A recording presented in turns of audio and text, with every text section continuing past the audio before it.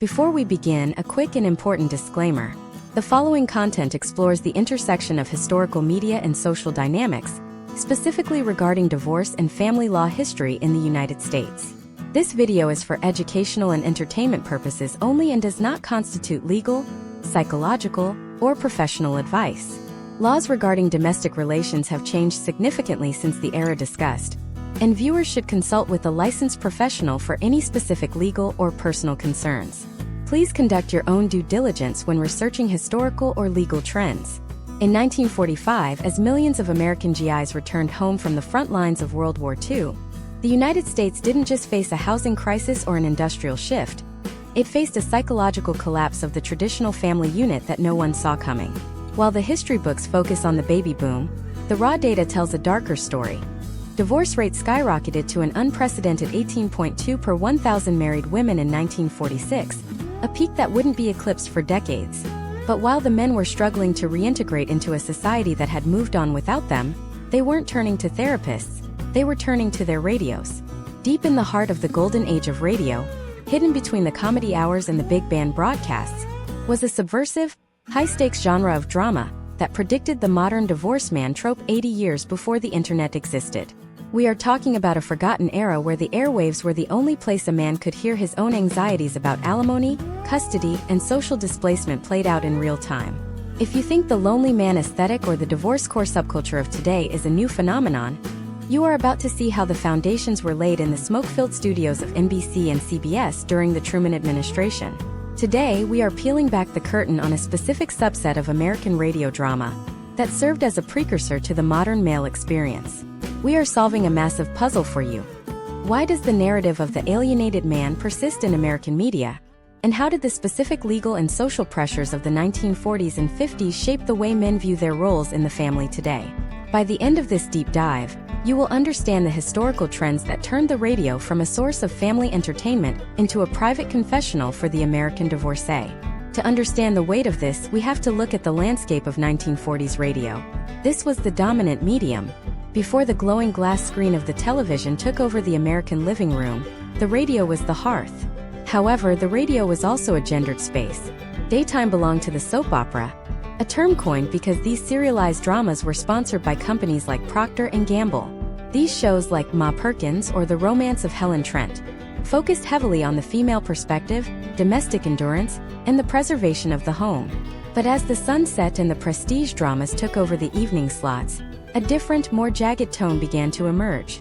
We see this most clearly in the rise of the radio noir and the domestic thriller. Case studies of programs like Suspense or The Whistler reveal a recurring character archetype: the middle-aged professional man who feels trapped by the very domesticity he was told to fight for. In these scripts, the home isn't a sanctuary, it is a cage.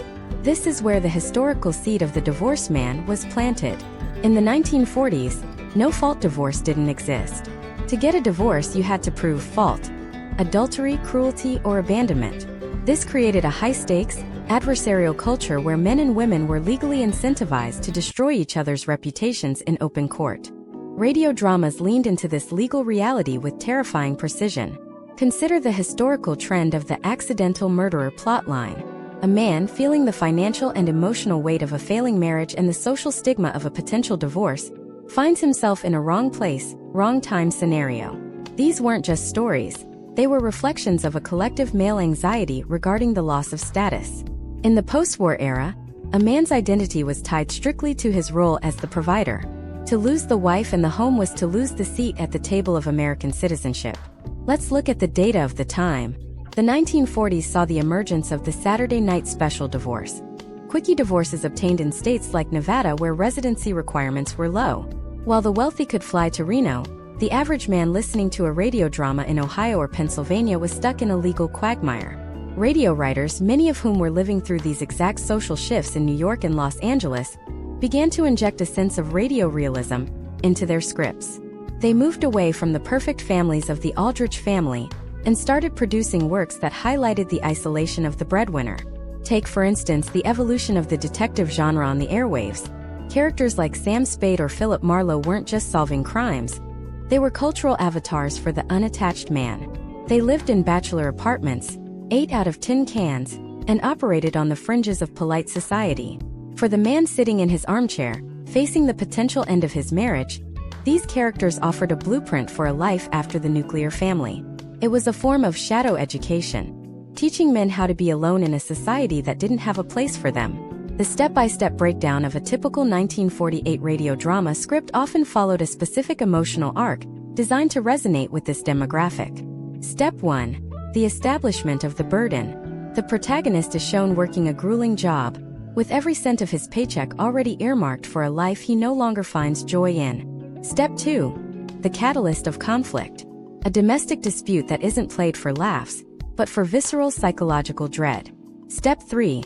The fantasy of escape. This is where the divorced man archetype truly crystallizes. The character imagines a life of total freedom, yet is paralyzed by the potential outcome of social ruin. This wasn't just entertainment, it was a psychological safety valve. The US audience in the late 40s was dealing with a massive masculinity crisis, as women, who had entered the workforce during the war, were now being pushed back into the home. The friction this created was palpable. Radio drama became the medium that dared to ask, what happens if the American dream is actually a nightmare for the person paying for it? As we progress through this masterclass, we have to examine the specific language used in these broadcasts. We see a shift in the mid to late 40s toward more cynical, hard-bitten dialogue.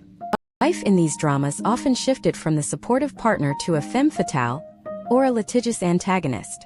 This reflected the genuine fear men had of the legal system of the time, which almost universally favored the mother in custody battles and the wife in alimony settlements.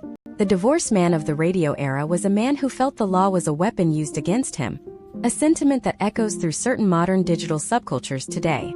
We also need to discuss the impact of the transcription disc. Before magnetic tape became standard, shows were recorded on large acetate discs. This allowed for syndication, meaning these stories of domestic strife and male isolation weren't just a one-time broadcast in New York. They were played and replayed in small towns across the Midwest and the South. The divorced man narrative was being exported to every corner of the country, creating a unified national identity for the alienated male. Historical trends show that as the 1950s approached, the Red Scare and the pressure to conform actually intensified the darkness of these radio dramas. The more the government pushed the image of the perfect suburban family, the more the radio dramas pushed back with stories of men who wanted to leave it all behind. This tension is the bedrock of American media. You cannot understand the anti-hero of the 1970s or the prestige TV protagonists of the 2000s without looking at the broken, radio-listening man of 1947. In the next sections, we will break down specific scripts, looking at the exact dialogue and pacing used to hook the listener into these tales of domestic dissolution. We will look at how the sponsorship of these shows, often by tobacco or automotive companies, targeted this specific male demographic with surgical precision. We are moving from the broad social context into the technical craft of how these viral stories were built to capture the hearts and anxieties of a generation of men who felt they were losing their grip on the world. To understand how these stories became viral in a pre-digital age, we have to look at the architectural blueprint of a 1940s radio script. These weren't just haphazard collections of dialogue. They were precision-engineered psychological experiences designed to exploit the specific domestic tensions of the era. If you were a man in 1947, sitting in a dimly lit living room while your spouse was in the other room, the radio didn't just talk to you. It whispered your own forbidden thoughts back to you. The technical craft behind this involved a three-act structure that we now recognize as the foundation of modern high-tension storytelling. Step 1 of this craft was the sonic immersion. Unlike television, which provides the image for you, radio requires the listener to co-create the world. This is a higher level of engagement. When a radio play like Quiet, Please or Lights Out utilize the sound of a ticking clock or a slow, rhythmic footsteps on a wooden floor, it forced the American man to project his own home into the story. If the character on the radio was pacing in a house that felt like a prison, the listener began to view his own four walls through that same lens. This is the first step in creating a viral narrative, making the audience the protagonist. Case studies of scripts from the late 1940s show a heavy reliance on the first-person narrator. This was a tactical choice. By using a noir-style voiceover, the radio drama bypassed the social filters of the time. In public, a man had to be the stoic provider. In the privacy of his mind, guided by the narrator's voice, he could be the victim of a system he felt was rigged against him. Imagine a scenario where a character named James, a veteran working a steady but soul-crushing job in a 1946 industrial plant, describes the exact moment he realized his marriage was a legal contract he couldn't afford to break. The narrator doesn't talk about love. He talks about the cost of the china, the payments on the Ford, and the looming threat of the courtroom. The second step in the technical craft was the weaponization of silence and sound effects, known as Foley. In the world of the divorce-themed drama, the sound of a slamming door or the screech of a telephone wasn't just noise. It was a punctuation mark on the character's isolation. Technical directors at CBS and NBC found that by stripping away the orchestral music and leaving only the raw, dry sound of a man's breathing, they could create an intense sense of claustrophobia. This mirrored the emotional state of the divorcee, or the man contemplating exit. He was alone even when surrounded by family. Let's look at a specific historical trend in scriptwriting from 1948, the alimony trap. This was a recurring plot device where the legal consequences of divorce were portrayed as a life sentence. In these scripts, the dialogue was fast-paced and loaded with technical legal jargon of the time. The writers would include mentions of private investigators, heart bomb laws, and the social death of the town pariah. By including these realistic details, the dramas functioned as a form of cautionary tale and a shared grievance session. For the U.S. audience in the post-war period, this was the equivalent of a modern deep-dive video essay on the mancession or loneliness epidemic. Now, imagine if we were to translate this to the current year 2026. If James were a modern man, he might be scrolling through a feed, but the fundamental architecture of his anxiety remains the same. The 1940s radio writer knew that to keep a man tuned in during the commercial break for shaving cream or motor oil, they had to create an open loop in his personal life. They did this by heightening the stakes of the domestic conflict to a level of life or death. Even if the man wasn't actually going to commit a crime, the radio drama allowed him to play out the what-if scenario of total escape. A critical component of this viral success was the theater of the mind pacing. Unlike modern media, which is often oversaturated with visual cuts, radio relied on the long-form monologue. Some of the most successful broadcasts featured 5-minute stretches where a single man simply described his internal collapse. This created an intimate bond between the medium and the listener. The data suggests that these programs saw a significant spike in male listenership during the late-night hours, precisely when the divorced man of the era was most likely to be awake, brooding over his financial and personal obligations. The technical craft also extended to the casting. Producers sought out voices that sounded lived-in, raspy, tired, and authoritative yet defeated. This wasn't the voice of a hero. It was the voice of a survivor. When an actor like Frank Lovejoy or William Conrad took the microphone, they weren't just reading lines. They were embodying the collective fatigue of a generation of men who felt the social contract had been rewritten without their input. Furthermore, we have to examine the role of the radio procedural. Historical trends indicate that as divorce rates remained high post-1946, radio dramas began to focus more on the aftermath. Scripts started appearing that dealt with the rooming house life, the nomadic existence of the man who had lost his home in a settlement. These stories were step-by-step guides on how to navigate the social stigma of being a single man in a world built for couples. They discussed the mechanics of eating alone in diners, the difficulty of maintaining a professional reputation, and the persistent hum of the legal system in the background. This was high-retention content because it addressed a problem that society refused to talk about in the light of day. The divorced man of the 1940s was a ghost in the machine of the American dream. Radio drama gave that ghost a voice and a narrative structure. It turned a private shame into a public, albeit fictionalized, epic. The writers understood that if you give a man a story that validates his struggle, he will stay with you until the very last chime of the station identification. Step by step, these dramas broke down the walls of the nuclear family. They used the medium's inherent intimacy to create a subculture of listeners who found more reality in the fictional stories of suspense than they did in the propaganda of the happy home.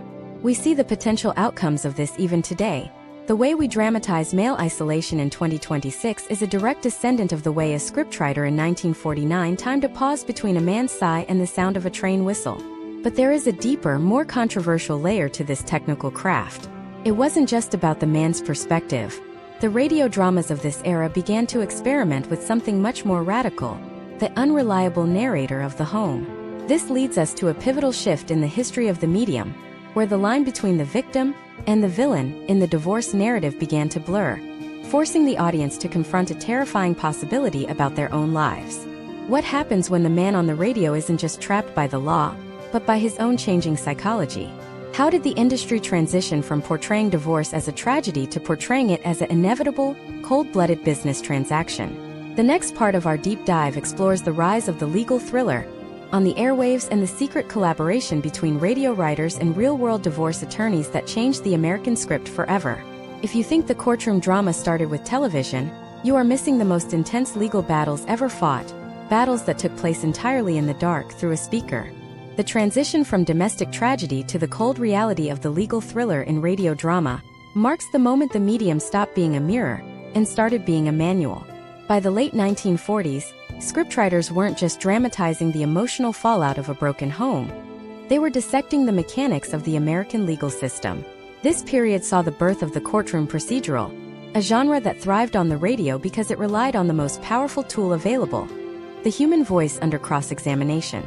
In the dark of a living room in 1949, a man could hear the exact cadence of a hostile attorney or the devastating weight of a witness's perjury. This wasn't just storytelling. It was a simulation of the most terrifying experience a man of that era could face. To achieve this level of realism, production houses in New York and Los Angeles began a secret collaboration with real-world divorce attorneys and legal consultants. This wasn't an official partnership, but rather an informal network of writers who haunted courtrooms to capture the authentic vernacular of domestic litigation. They wanted to know the specific historical trends of how judges ruled on alimony in states like New York, where adultery was the only legal ground for divorce until 1966.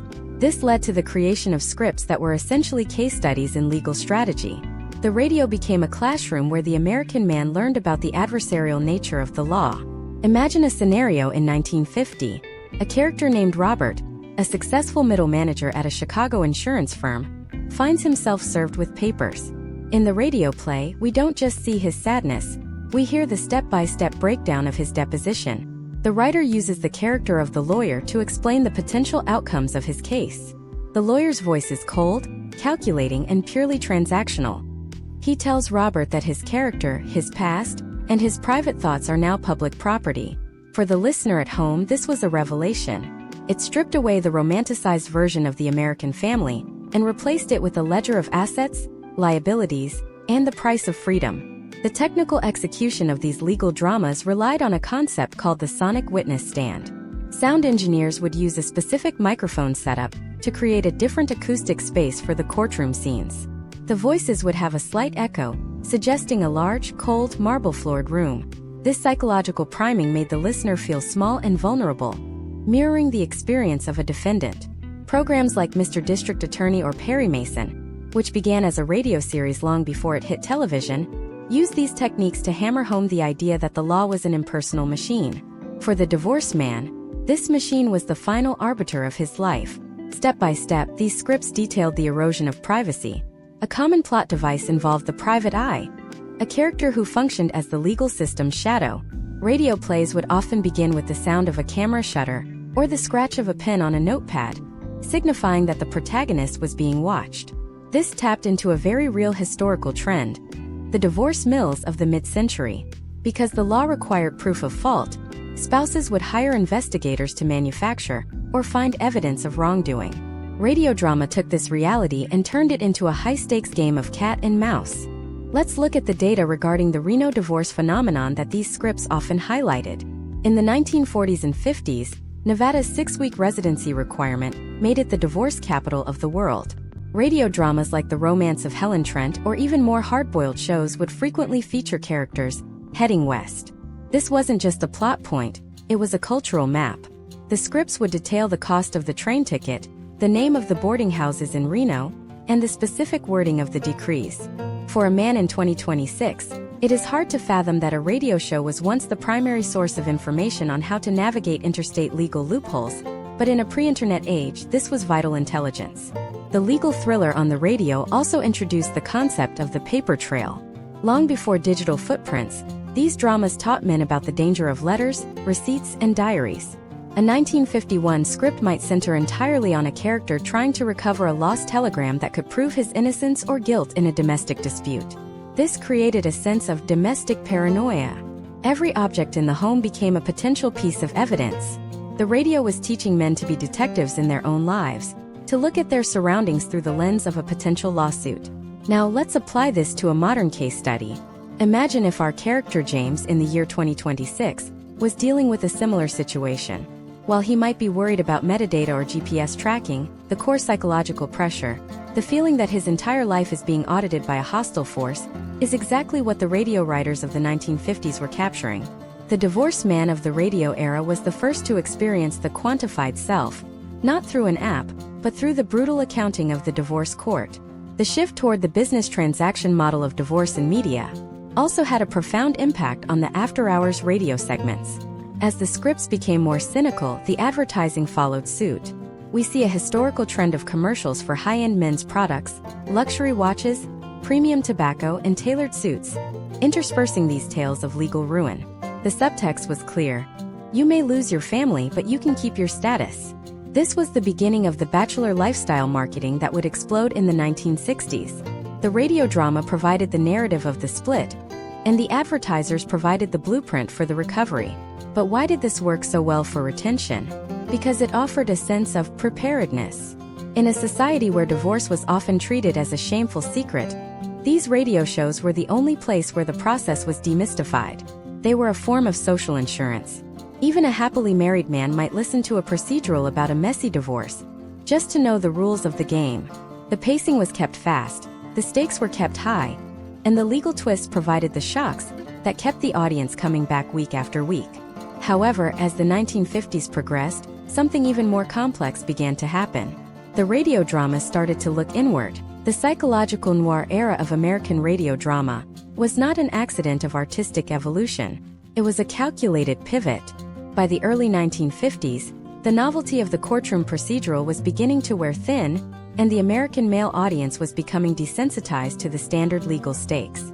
To maintain high retention, writers at networks like Mutual and ABC began to dig into the nascent field of psychoanalysis. They realized that the true horror of the divorced man experience wasn't just the loss of the house or the bank account. It was the fragmentation of the self. This gave rise to what historians now call the psych lab era of broadcasting, where scriptwriters collaborated with behavioral psychologists to map out the exact auditory triggers that could induce a state of sympathetic anxiety in the listener. The technical goal was simple but profound: to make the listener feel the character's internal collapse in their own nervous system. They achieved this through a step-by-step application of psychoacoustic principles. Step 1 was the use of the subjective microphone. Instead of placing the actor at a standard distance, the actor would lean in until their lips were almost touching the diaphragm of the mic. This created a proximity effect that boosted the low-frequency tones of the voice, making it sound like the narrator was speaking from inside the listener's own head. When a character named David, a fictional high-level executive in a 1952 drama, began to detail his recurring nightmares about his impending custody hearing, the sound quality made it feel less like a story and more like an intrusive thought. Step 2 involved the manipulation of background ambience to simulate mental instability. If David was walking down a street in the script, the sound of the traffic wouldn't be realistic. Instead, it would be mixed at irregular volumes. A horn would be too loud, a footstep would be too sharp. This mirrored the hypervigilance associated with high-stress domestic trauma. Case studies from the production logs of the Hall of Fantasy reveal that engineers would purposely distort the sound of household objects, a dripping faucet or a humming refrigerator, to turn the domestic environment into a source of psychological torment. For the American man sitting in his own kitchen, listening to these broadcasts, the line between his reality and David's fiction began to dissolve. Imagine a scenario where the year is 2026, and you are wearing high-fidelity noise-canceling headphones.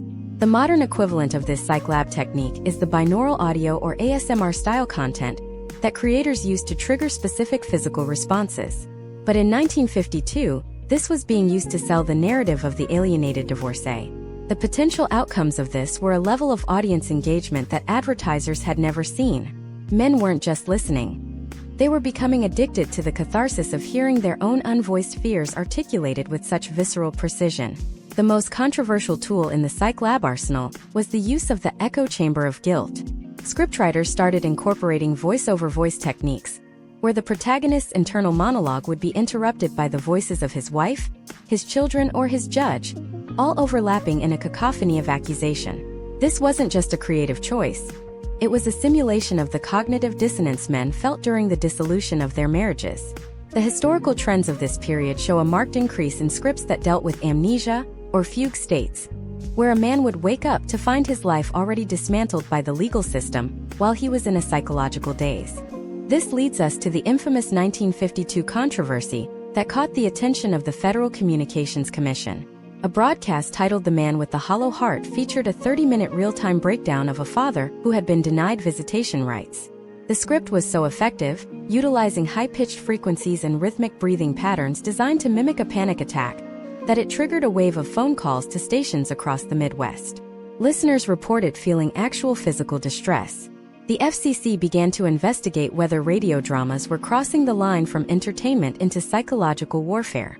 The industry's defense was that they were merely providing a realistic portrayal of the modern male condition. The data from this era is striking. During the peak of these psychological dramas, listener surveys indicated that the divorced man demographic was the most loyal. They didn't just tune in for one episode. They followed serialized arcs for months. The reason was a phenomenon psychologists call trauma bonding with the medium. Because the radio was the only place acknowledging their psychological reality, the listeners felt a deep, almost symbiotic connection to the programs. This is a masterclass in retention. If you can reflect a viewer's deepest, most painful internal state back to them, they will never look away. Or in this case, never turn the dial. Step by step, we can see how these techniques transitioned into the modern era. The way we use fast-paced cuts, jarring transitions, and high-stakes confessional styles in 2026 YouTube content is a direct evolution of the 1950s psych lab. The radio writers discovered that the peace of the home was a boring narrative, but the war for the mind was a viral sensation. They began to use sonic motifs, a specific musical chord or a sound effect that would play every time the topic of the legal settlement came up, creating a Pavlovian response in the audience. Let's apply this to a case study of a 1953 script titled "The Ledger of Lost Souls." The protagonist, a man named Mark, discovers that his wife has been keeping a diary of every mistake he has made for 10 years, intended for use in court. The drama focuses entirely on Mark's descent into paranoia. He begins to hear the scratching of her pen in every corner of the house. The technical craft here involved a rhythm track that started at 60 beats per minute and slowly accelerated over the course of the episode to 120 beats per minute, an increasing heart rate. By the end of the show, Mark and the audience were in a state of high arousal stress. This was the secret sauce of the radio era's viral success. It wasn't about the plot, it was about the pulse. The writers realized that if they could control the listener's heart rate through sound, they could control their attention. They were essentially hacking the human brain decades before the term growth hacking existed. The divorced man was the perfect test subject for this because his emotional state was already volatile, making him highly susceptible to these auditory manipulations. But the industry was about to face a new challenge.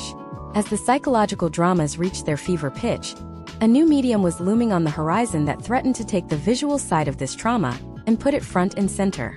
However, the radio veterans didn't give up. They pivoted one last time, creating a subgenre that was so dark and so legally precarious that it almost didn't make it to the airwaves. How did these writers handle the transition to the 1960s? And what happened when they started to include real-world divorce survivalists as anonymous consultants on their shows? What was the final broadcast of the radio drama era that supposedly contained a coded message for men on how to hide their assets before a filing? The next part of our deep dive looks at the shadow scripts of the mid-60s, the underground era of radio that the networks tried to erase from the history books. We are going into the world of pirate broadcasts and the final stand of the radio era divorce man. The mid-1960s represented a desperate and fascinating crossroads for the American radio drama. While the mainstream networks were pivoting toward television or top 40 music formats, a subculture of creators refused to let the medium die, especially the genre that had become a lifeline for the alienated male. This birthed the era of the shadow scripts, unauthorized or semi-clandestine recordings that pushed the boundaries of what was acceptable for the airwaves. These were often produced by small, independent stations or distributed via transcription discs to private clubs and veterans organizations. These scripts moved away from the psychological metaphors of the 1950s and into a gritty, almost instructional realism regarding the disintegration of the American family unit. At the center of this movement was the rise of the divorce survivalist consultant. Historical trends show that as divorce laws remained stagnant and adversarial, certain radio writers began seeking out men who had successfully navigated the system to act as technical advisors. They didn't want writers who had studied literature.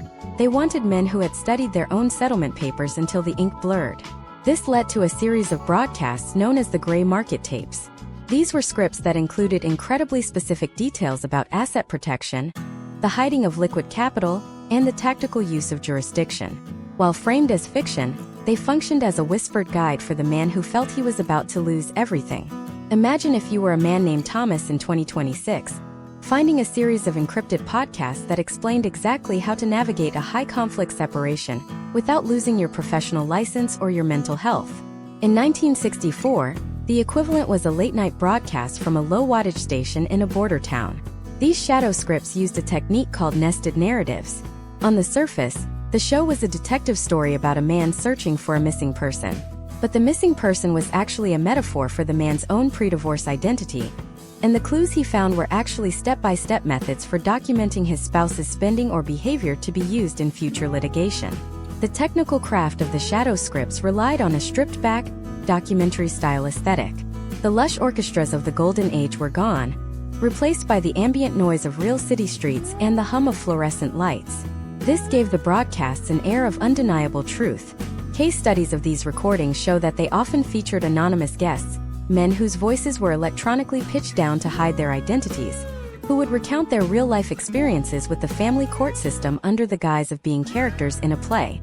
This was the first time that the fourth wall of the radio drama was systematically dismantled to serve a specific social demographic. One of the most famous examples of this underground era was a program titled The Midnight Ledger. It ran for only 6 months on a handful of independent stations, but its impact was massive. Each episode followed a character named Mr. Smith who sat in a rooming house and read from a ledger of his past life.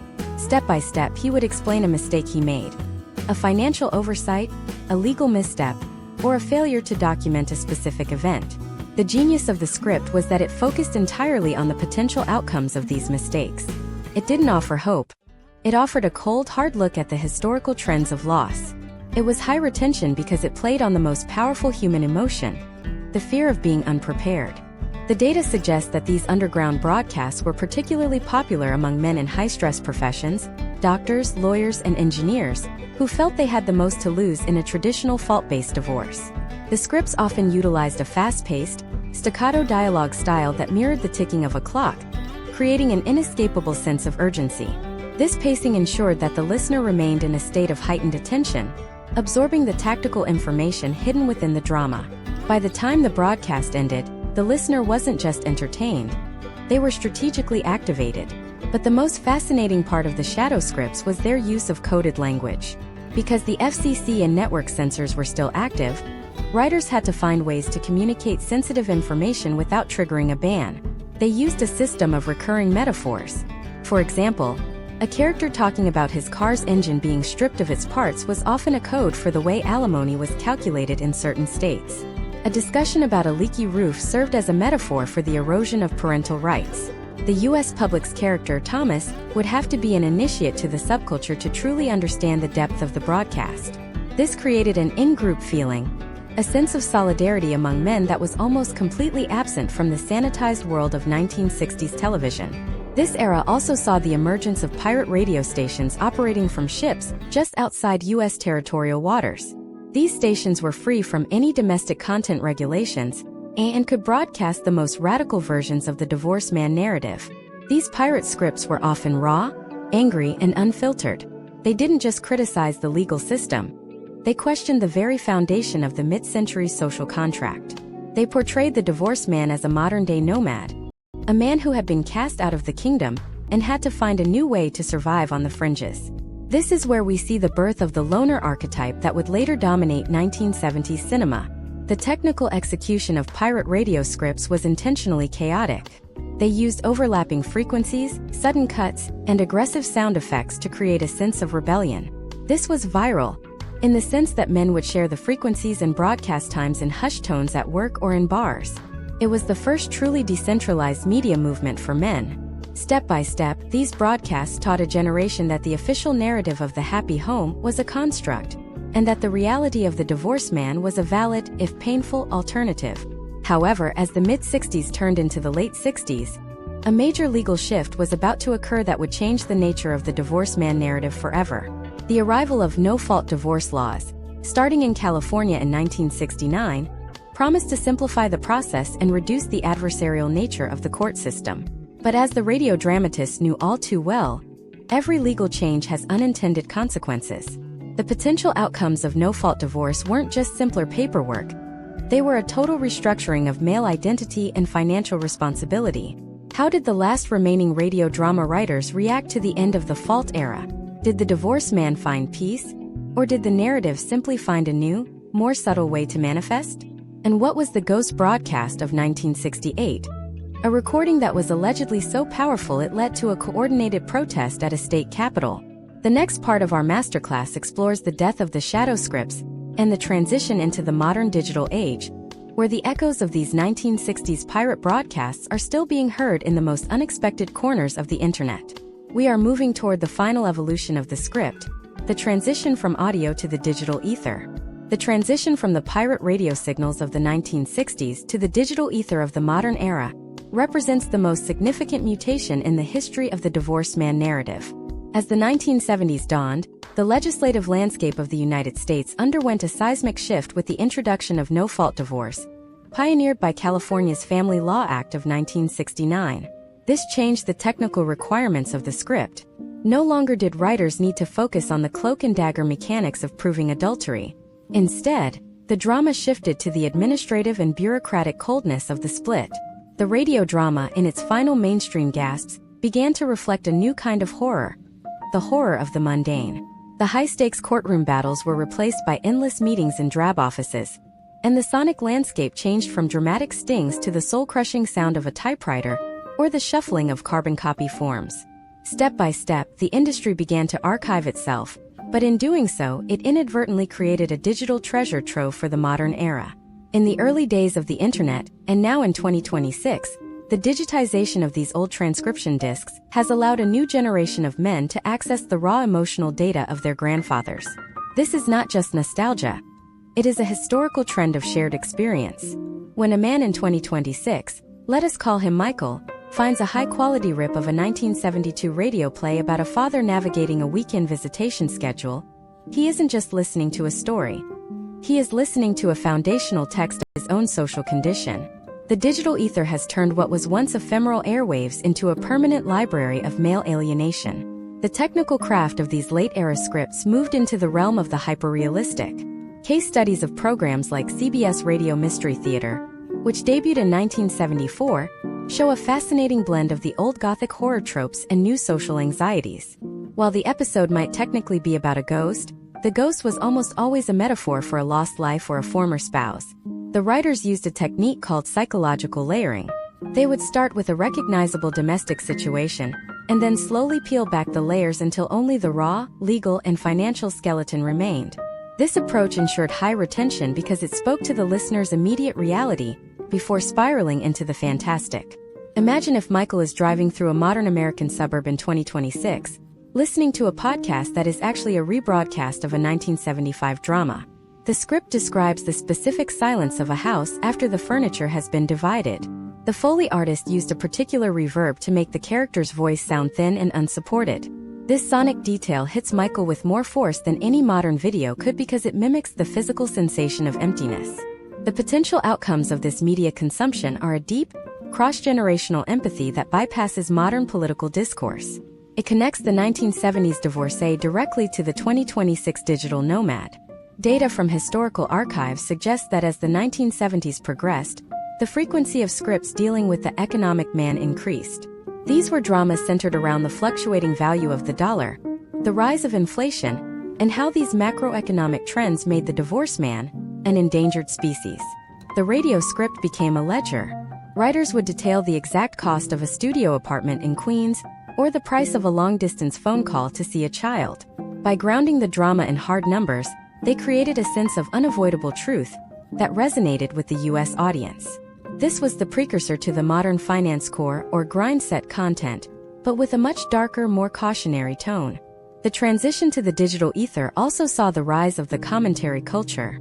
In the late 20th century, as these radio plays were traded on cassette tapes and later uploaded to early web forums, men began to annotate them. They would point out the specific legal strategies mentioned in a 1958 script or the psychological triggers used in a 1962 broadcast. This turned the history of radio drama into a collaborative project. Step by step, the divorced man community built a repository of knowledge that existed outside of mainstream academic or legal circles. They used the fictionalized struggles of radio protagonists to diagnose the real-world issues of their own lives. One specific case study involves a 1978 radio series titled The Final Decree. It was one of the last major attempts to produce a serialized domestic drama on the radio. The pacing was intentionally slow, almost stagnant, to mirror the feeling of being stuck in legal limbo. Each episode ended with an open loop, a question about the protagonist's future that was never quite answered. This lack of resolution was a masterclass in retention. Listeners felt they had to keep tuning in to find the closure that the character was being denied. In the digital age, these unresolved endings have become the subject of intense debate in online communities, with users in 2026 creating their own lost episodes or fan fiction continuations. The technical execution of the digital transition involves the use of AI upscaling and noise reduction in 2026 to bring these voices back to life. When we hear a 1940s voiceover today, it is often clearer than it was for the original listener. This creates a presence that is almost haunting. The divorced man of the past is no longer a distant historical figure. He is a high-fidelity presence in the room. This has led to a historical trend of audio archaeology, where modern content creators use snippets of old radio dramas to provide a sense of gravitas and historical weight to contemporary discussions about family law and male psychology. Let's look at the ghost scripts of the late 70s.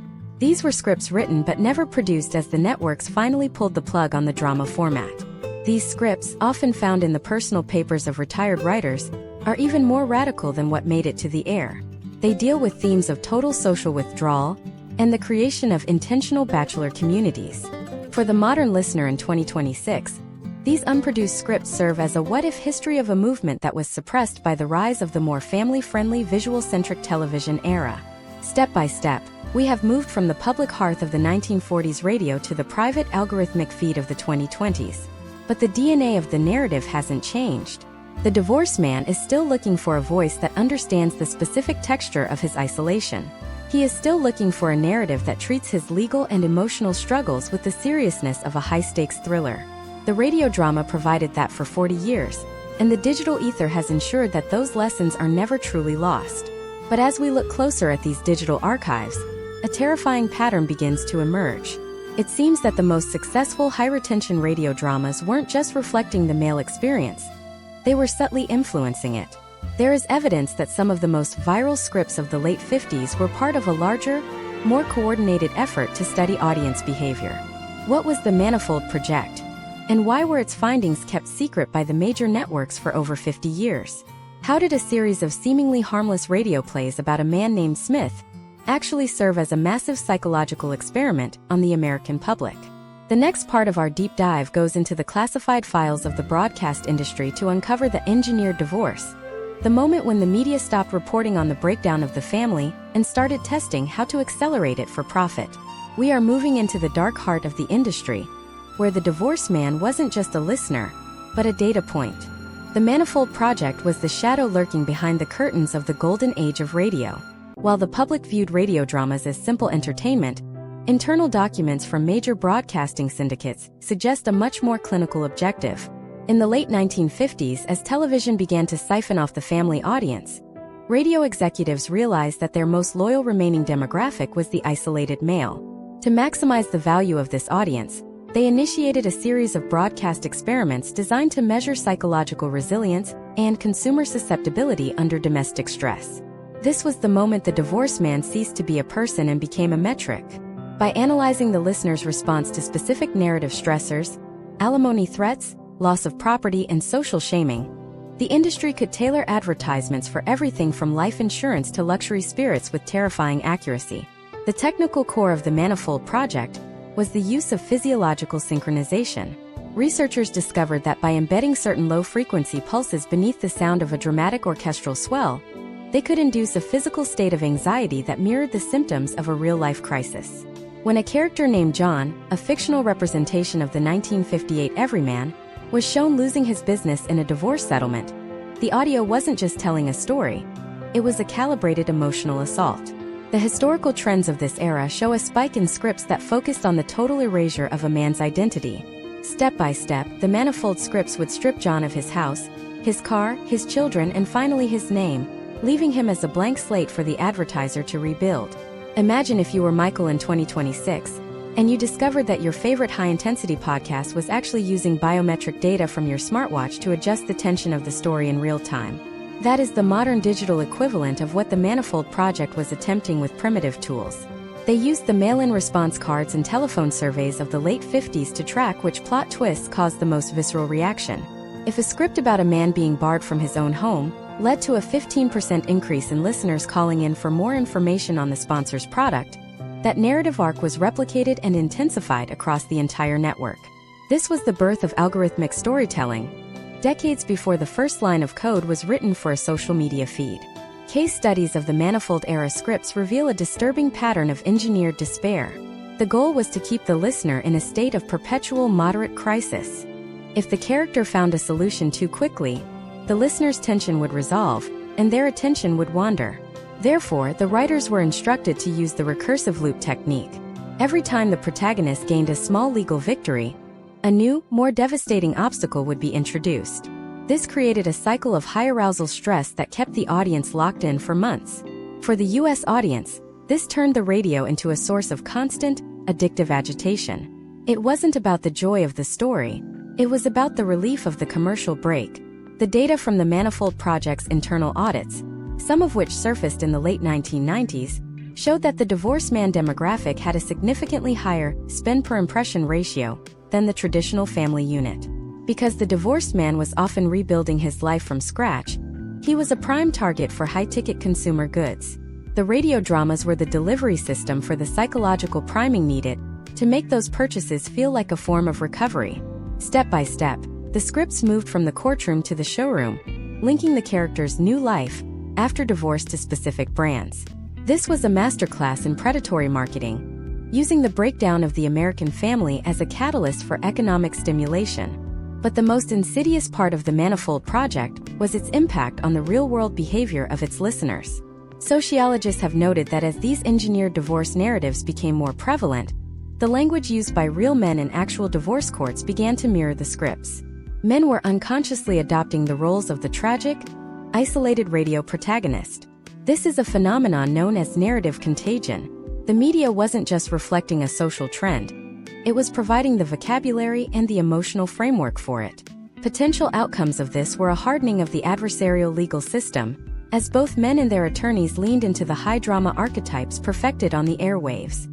The technical execution of the engineered divorce scripts also involved the manipulation of time. Producers found that by stretching out the silence between lines of dialogue, they could create a sense of temporal distortion. This made the 30-minute broadcast feel like an hour, deepening the listener's immersion in the character's misery. This technique is still used in 2026 by high-retention video editors who use micropauses to keep the viewer's brain in a constant state of anticipation. The Manifold Project proved that you don't need a complex plot to keep an audience. You just need to control the rhythm of their anxiety. Let us look at a specific 1959 case study, the case of the vanishing estate. In this broadcast, the protagonist, a man named Richard, watches as his entire life's work is liquidated over the course of 5 episodes. Each episode focused on a different category of asset: real estate, stocks, personal heirlooms. The scripts were written with the help of a behavioral psychologist who specialized in loss aversion. By triggering the listener's fear of losing what they had worked for, the show achieved some of the highest retention numbers in the history of the network. It was viral because it was terrifyingly relatable to any man who felt his financial security was tied to a fragile marriage. Step by step, the Manifold Project mapped the breaking point of the American male. They tested how much trauma a character could endure before the audience turned off the radio. They found that as long as the character maintained a shred of dignity, a stoic core, the audience would follow him into the abyss. This led to the creation of the invincible victim archetype, a man who is legally and financially destroyed, but remains morally superior to the system that crushed him. This archetype is the direct ancestor of the modern Sigma, or loner trope seen in 2026 digital media. However, as the 1960s approached, the Manifold Project faced an unexpected hurdle. The very men they were studying began to push back.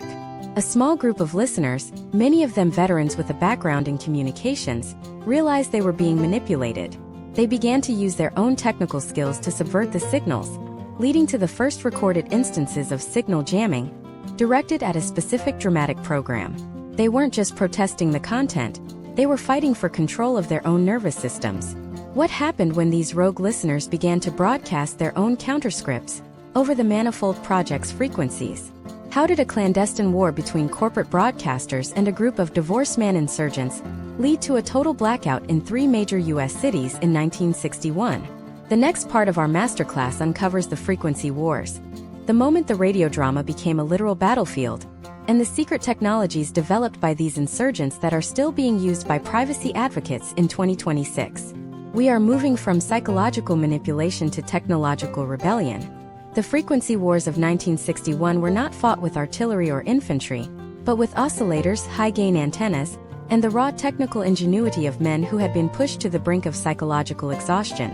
As the Manifold Project's engineered despair reached its peak, a loose coalition of radio technicians, many of whom were World War II and Korean War veterans, began to recognize the patterns of manipulation embedded in the evening dramas. These men, frequently undergoing the very domestic and legal trials depicted on the airwaves, realized that their favorite medium had been weaponized against their own mental health. This realization birthed the insurgent movement known as the Signal Breakers. They didn't want to shut down the radio, they wanted to take back the narrative of the divorce man. The technical core of this rebellion was the deployment of pirate transmitters that utilized a technique called phase shift jamming. By broadcasting a signal on the exact same frequency as the network broadcast but slightly out of phase, the signal breakers could effectively cancel out the network's audio or, more subversively, replace the network's engineered dialogue with their own counter-narratives. This was the first time in American history that a decentralized group of citizens successfully overrode a major corporate broadcast. Step by step, these insurgents transformed the nightly radio drama from a psychological experiment into a platform for community resilience. Imagine a scenario in 1961 where a man named Arthur, a former radio operator now facing a grueling custody battle in a New York court, sits in his basement workshop. As the network broadcast of the night begins to play the familiar, anxiety-inducing music designed by the Manifold Project, Arthur flips a switch. Suddenly, the narrator's voice, the one that usually predicts total ruin for men in his position, is replaced by a calm, steady voice providing a step-by-step breakdown of how to remain stoic and legally organized during a deposition. For the thousands of men in the surrounding blocks who had tuned in, this wasn't just a technical glitch, it was a lifeline. The historical trends of this period show a significant disruption in the advertising data for the major networks in cities like Chicago, Detroit, and New York. Case studies of internal network memos from the fall of 1961 reveal a state of panic.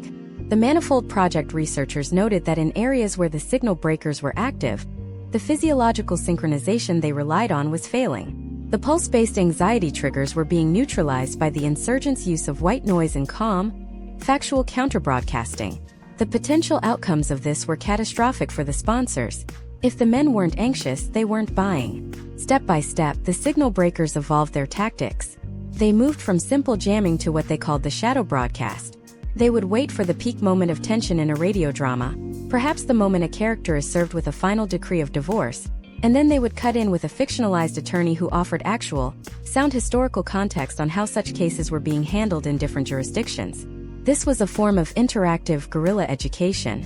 For the U.S. audience, it was the first time they realized that the inevitable ruin, portrayed by the networks, was a narrative choice, not a legal certainty. To achieve high retention, the signal breakers kept their broadcasts fast-paced and highly technical. They knew their audience was composed of men who valued competence and directness. They stripped away the melodramatic music and replaced it with what we would now recognize as a precursor to the modern podcast format.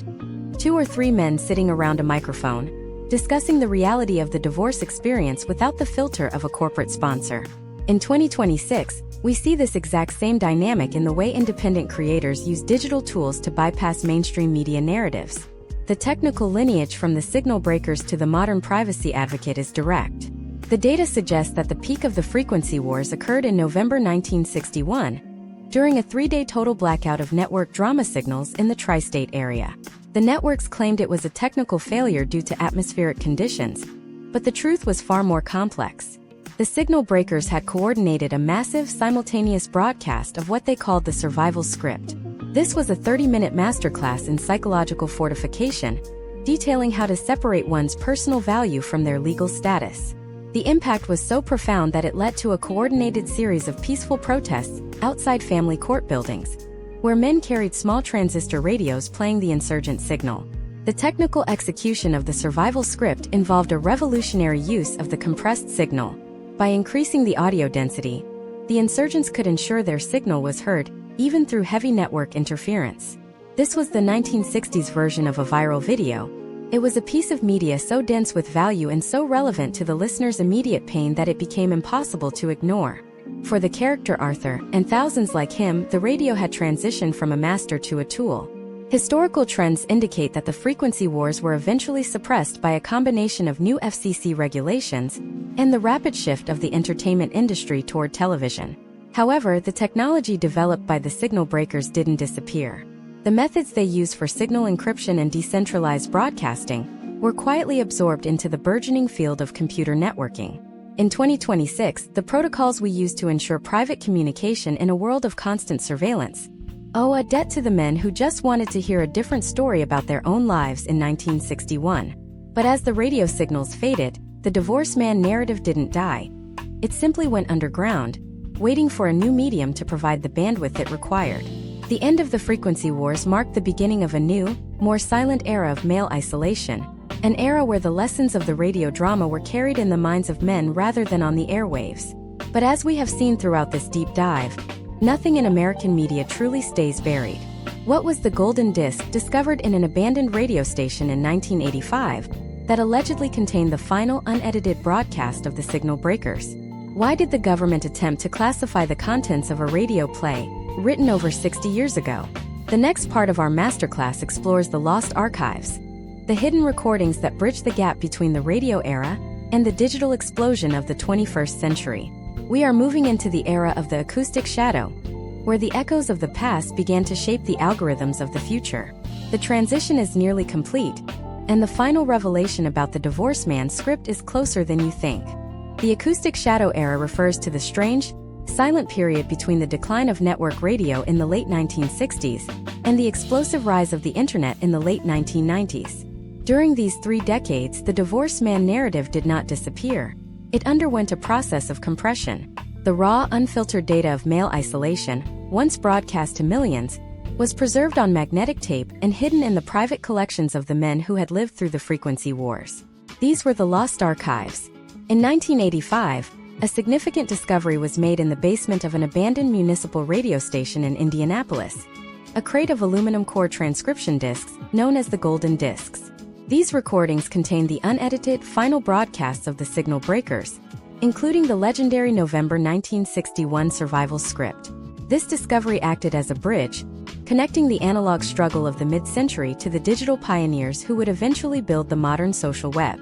Step by step, the contents of these archives began to leak into the early digital frontier. By the year 2026, we can look back and see the historical trends of how this transition occurred. In the early 1990s, the first Usenet groups and bulletin board systems became the new frequencies. The men participating in these forums were often the sons of the original radio-era divorcees. They began transcribing the audio from the golden discs into text, creating the first digital manuals for navigating the American family court system.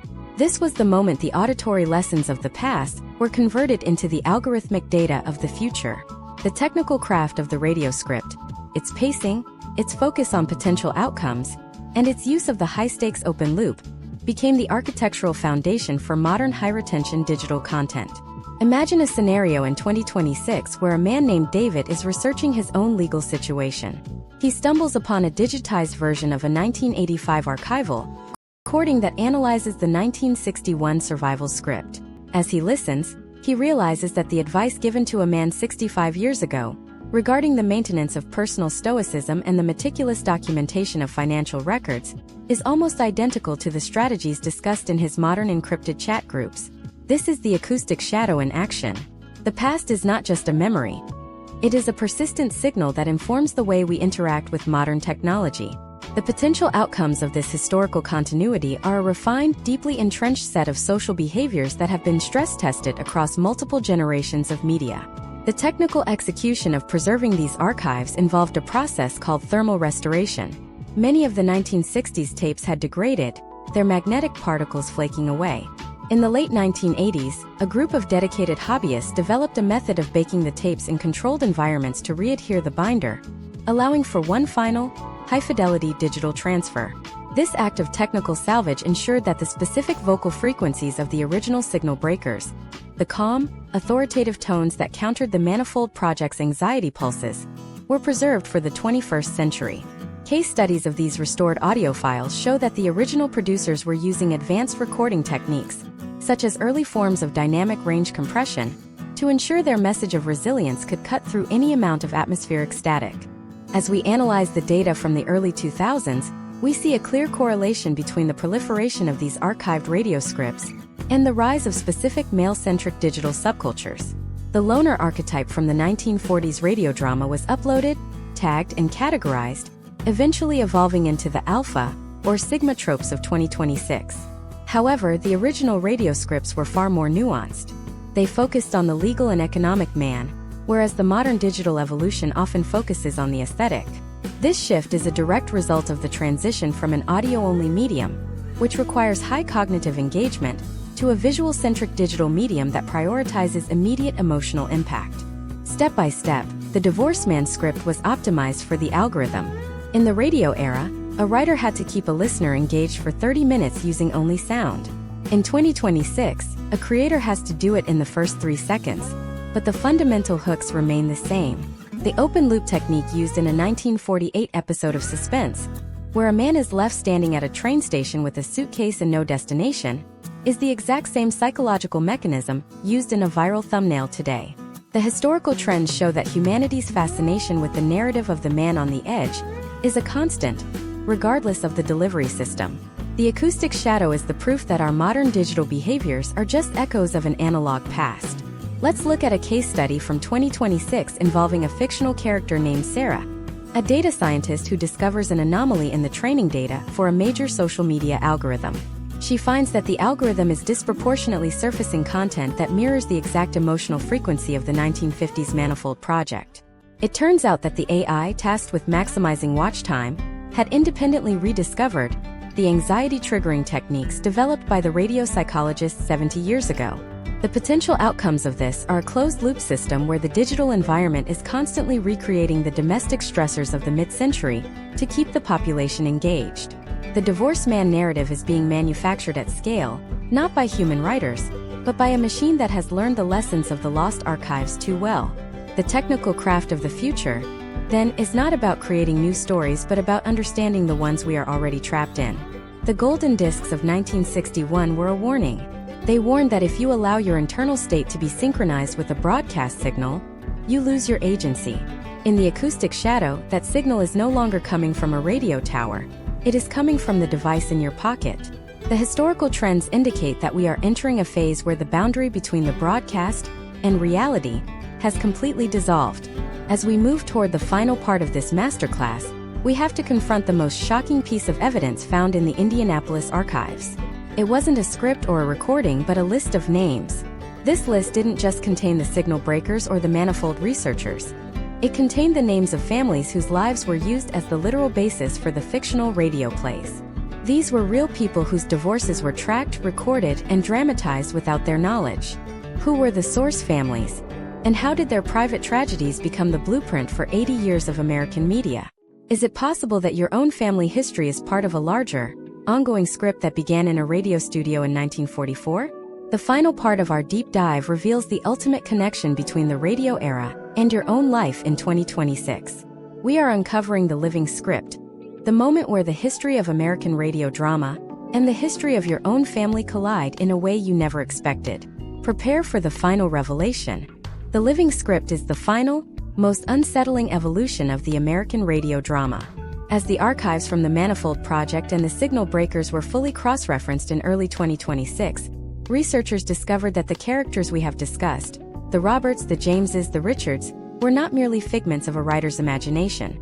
They were based on the source families, a group of 300 middle-class American households in the 1940s and 50s who were part of a long-term sociological study funded by a consortium of insurance companies and broadcast networks. These families were monitored through their credit applications, their telephone records, and even their church attendance. Their real-time domestic struggles were then fed to scriptwriters who turned their private pain into public entertainment. This means that for 80 years the American narrative of the divorced man has been a feedback loop, where real life informs the script, and the script in turn dictates the behavior of the next generation. To understand the technical gravity of this, we have to look at the process of narrative inheritance. Step by step, the trauma of a source family in 1948 was codified into a radio play. That play was heard by millions, including the children of those families. Those children grew up with a subconscious blueprint of how a marriage fails and how a man reacts to that failure. By the time we reach 2026, the specific dialogue, the legal fears, and even the emotional pacing of a modern divorce are often just reenactments of a script written before the participants were even born. This is a historical trend of behavioral synchronization that most people are completely unaware of. The divorced man of today is not just a victim of modern circumstances. He is an actor performing a role in a century-long production. Imagine a scenario in 2026 where a man named Robert, named perhaps after his grandfather, sits in a modern apartment, staring at a digital court summons. He feels a specific crushing sense of isolation that feels entirely unique to his situation.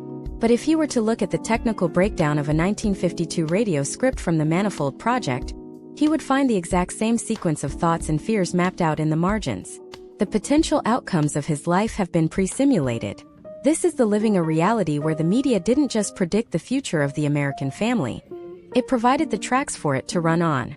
The data suggests that this narrative inheritance is most potent in the way men handle the administrative side of domestic dissolution.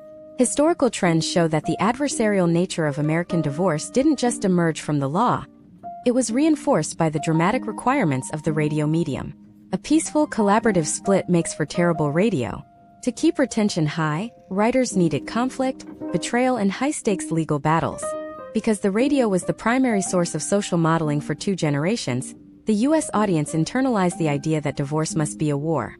Case studies of modern mediation sessions in 2026 often reveal men using the exact same metaphors of battle and loss that were pioneered by the Signal Breakers in their insurgent broadcasts. The technical execution of the living script today is handled by predictive modeling. In 2026, family law firms and marketing agencies use large language models trained on these very archives to predict which men are most likely to file for divorce based on their digital consumption patterns. If you spend time listening to DivorceCore audio or researching the history of male isolation, the algorithm notes your synchronization with the historical script. This isn't just data collection. It is the modern version of the Manifold Project. The machine is identifying who is currently playing the role of the alienated man and serves them content and advertisements that ensure they stay within that narrative arc. Step by step, we can see how the architecture of the radio drama has been ported into the architecture of our lives. The use of the open loop in a 1950s drama, leaving a man's fate uncertain at the end of an episode, has become the permanent state of the modern divorced man, who exists in a state of perpetual legal and emotional limbo. The fully designed silence of the 1940s radio house has become the literal silence of the 2026 suburban home. We have built a world that looks and feels like a mid-century radio play, because that is the only story we know how to tell about ourselves. However, understanding the living script offers a way out. By recognizing that these feelings and behaviors are part of a historical trend and a technical craft, the modern man can begin to desynchronize from the signal. The Signal Breakers of 1961 were the first to realize this. They understood that the first step to freedom is to stop being a data point in someone else's experiment. For Robert in 2026, the masterclass isn't just about learning history. It is about learning how to break the script. It is about realizing that the inevitable ruin he feels is a narrative trope, not a biological or legal certainty. The technical craft of the future is the craft of the unscripted life. It involves a conscious rejection of the high arousal, anxiety-inducing patterns of modern digital media. It requires a return to the slow pacing of real human connection, away from the manipulated frequencies of the screen and the speaker. The data from the latest sociological studies in 2026 indicates that men who actively study the history of media manipulation are 40% more likely to report a sense of agency and well-being during major life transitions. Knowledge of the script is the only way to stop being a character in it. As we conclude this deep dive into American radio drama history and the men it helped define, we have to look at the final piece of the puzzle. Throughout this series, we have tracked the evolution from the public hearth to the private earbud. We have seen how the divorce man was created, weaponized, and archived. But there is one final broadcast that we haven't discussed. It is a broadcast that didn't come from a station or a pirate ship. It is the broadcast that is happening right now, in the way you process this information. What happens when the listener becomes the writer? What is the final potential outcome for a society that finally realizes its most intimate tragedies have been part of a long-term media strategy? The story doesn't end with the 10th part of a video series. It begins the moment you turn off the sound and step back into a world that doesn't have a director. The living script is only as powerful as your willingness to follow it. But as the screen fades to black, a new frequency is emerging. A hidden signal is being detected in the background of the global network, one that doesn't rely on anxiety or conflict. It is a frequency that the Manifold Project could never replicate and the signal breakers could only dream of. In our upcoming special investigation, we go beyond the history of radio and into the future of human resonance.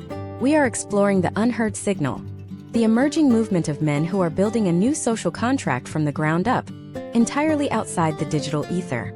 If you thought the frequency wars were over, you haven't heard anything yet. The most important broadcast of your life hasn't even started. Stay tuned for the transition.